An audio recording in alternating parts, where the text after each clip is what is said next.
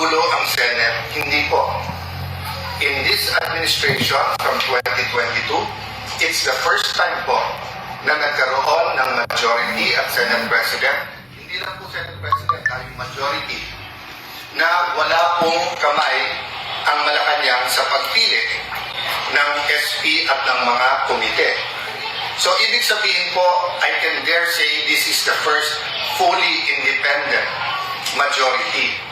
Kaya, whether you talk about the 11, yung 11, or you talk about supporters nila, or you talk about some elements in the national government, like the NBI for example, sila po ang nanggugulo because hindi sila komportable na independent ang Senado.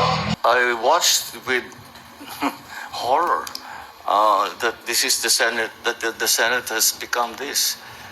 I look at my other fellow senators. Madalas kaming nagtitinginan ni E.S. Ralph. Ganyan to ba tayo? Ganyan ba tayo nung senador tayo? Meron ba tayong ganyan na ginagawa? Hindi tayo ganyan. Paano nangyari? Yung Senado hindi na kagaya nung panahon natin. Dahil personalan na eh. Naging personal, ang babaw na ng usapan. Dahil ang kwento ko nga, yun na nga kwento namin. Meron mga senador na pagka meron kami pinag-uusapan na sa trabaho, hindi kami nag-agree talaga.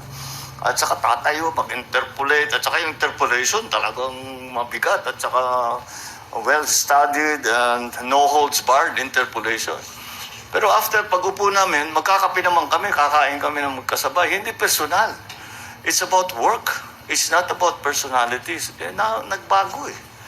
Tapos, narating pa tayo sa putukan. Tapos, fake pala yung putukan.